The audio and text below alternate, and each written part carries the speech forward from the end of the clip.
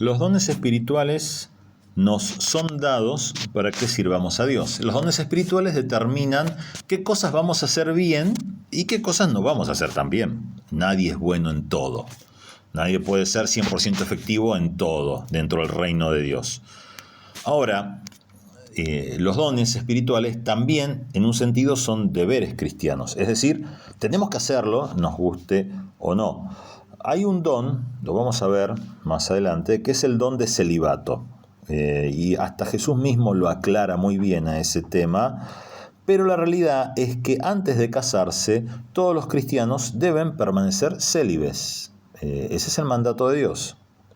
Hay otro don que es el don de martirio, el don de sufrir y eventualmente llegar a morir dando gloria a Dios por eso.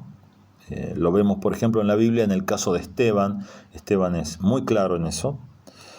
Pero la realidad es que a todos se nos advierte que podemos encontrarnos en la situación de tener que dar nuestra vida por la fe y tenemos que hacerlo, tengamos o no tengamos necesariamente ese don.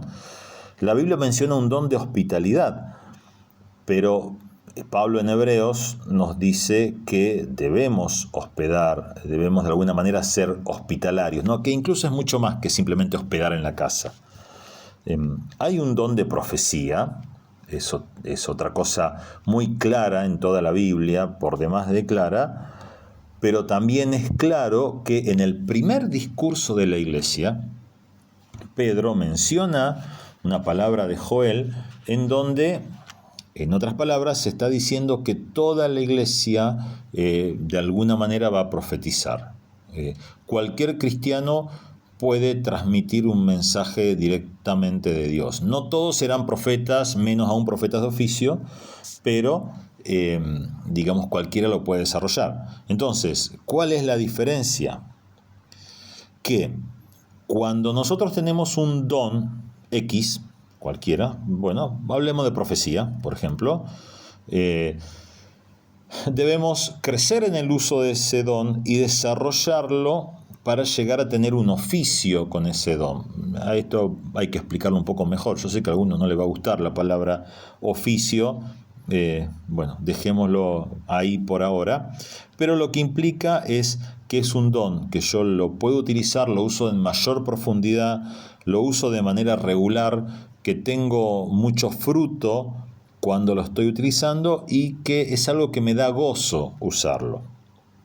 Por el contrario, los deberes cristianos no van a ser parte de mi ministerio regular. Es decir, si yo no soy evangelista, no me voy a dedicar a hacer campañas ni a evangelizar puerta por puerta o de otra forma, pero sí lo voy a hacer de manera esporádica cuando tenga la oportunidad. No voy a ver el mismo fruto y la misma cantidad de conversiones que va a haber un evangelista y por ahí no voy a tener el mismo gozo para cuando lo haga. Entonces, mientras que los dones es algo que nosotros deberíamos concentrarnos y desarrollarlo y usarlo de manera continua, los deberes cristianos es algo que lo vamos a usar cuando se dé la oportunidad, es decir, cuando el Señor nos ponga en determinadas circunstancias, pero no de una manera continua y consecuente.